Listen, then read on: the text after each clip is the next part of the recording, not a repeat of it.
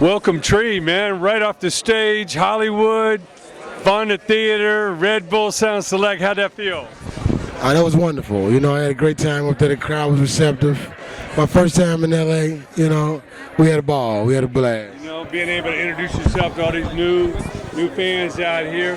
Tell us about who the musical artists that got you started. Who was like the first records you ever bought? I used to rock with you know, Tupac and Outkast and No Limit. You know, that was me. That was my style of music. You know, but you know, as I got older, you know, music progressed and you know, other things became modern. So now, tell us where all these old soul records came from. Listen to your Pop's records or what? Where'd all that? I think I'm just an old soul. I like the riffs and the rhythms that you get in older music. But I definitely had that influence with my family, my mom and my daddy. You know, playing those jams around the house and hearing it on the radio stations that we listen to.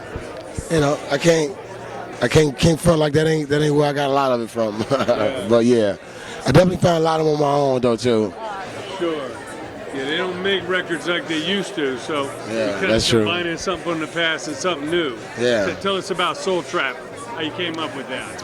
I came up with that Soul Trap, you know, I had a unique sound of music a couple years ago in the city. It was unprecedented and everybody was raving about it.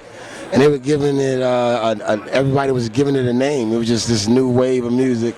And all the local blogs were just giving it different titles of what it could be called. And so I just decided to label it myself, you know, and Soul Trap. That's how Soul Trap was born. You know? And Soul Trap is the infusion of sample, rhythmic, you know, rhythms, and you know, riffs, whatever you can, you know, over Southern Trap drape, other Southern Trap drums. That's what Soul Trap is. Okay.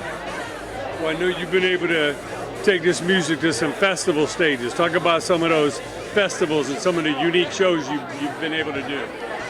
You know, I did, of course, Pitchfork in Chicago, Pitchfork Festival.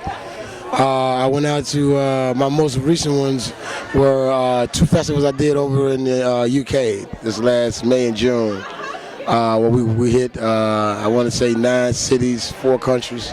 Independent tour, so you know I'm very excited about that. Soul Trap is reaching across the pond. You know, I feel good. We feel good, and we're trying to take it to the next level. You know, with music and get it out to everybody.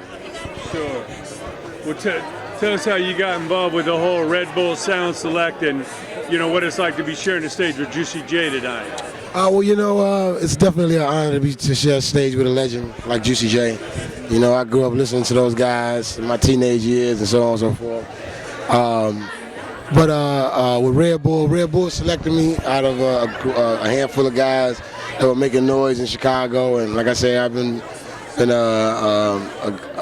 putting on for Chicago for the last couple of years and getting huge looks and write-ups and so on and so forth. And you know, it was just a perfect fit. It was just kind of it's who's who, you know. So it was a no-brainer. We worked together and we've been successful ever since, you know. That's great. Now tell us about what's coming up next. What are you working on? What can we? Oh, that's what you can do. I'm putting out a project called Trap Genius. Now everybody knows me as, you know, the Soul Trap Baron, and I just do the Soul Trap sort of sound of music. But with this project, I decided to do trap because, you know, I noticed that I've been traveling in the South and been, you know, doing a few shows, and like I didn't have the music that you could play in the club per se, and have it play alongside what's going on today with the young kids. So I just wanted to put a little spin on it, you know, just expanding my portfolio. You know, and it was just a natural thing. I got some great joints, some great music coming out. Trap Genius coming out this December. Wow. Stay tuned. And tell us about The King. What was that all about? The King, I always wanted to sample an Elvis Presley record.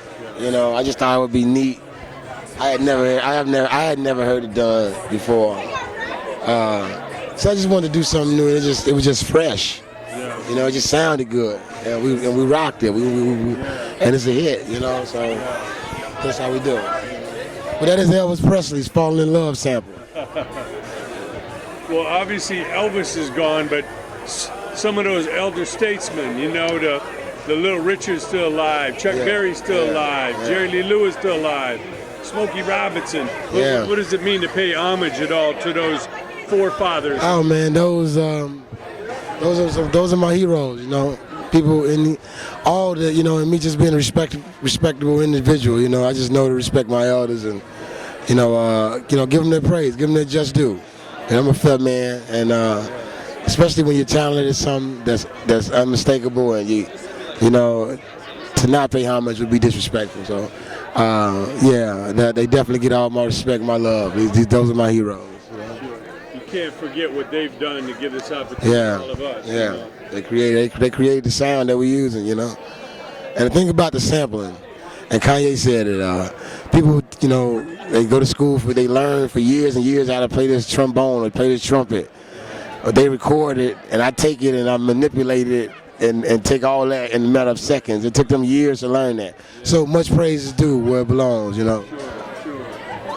And what are the advice you give to that young musician, that young artist, young rapper? Ain't no right and wrong. Ain't no right and wrong in music.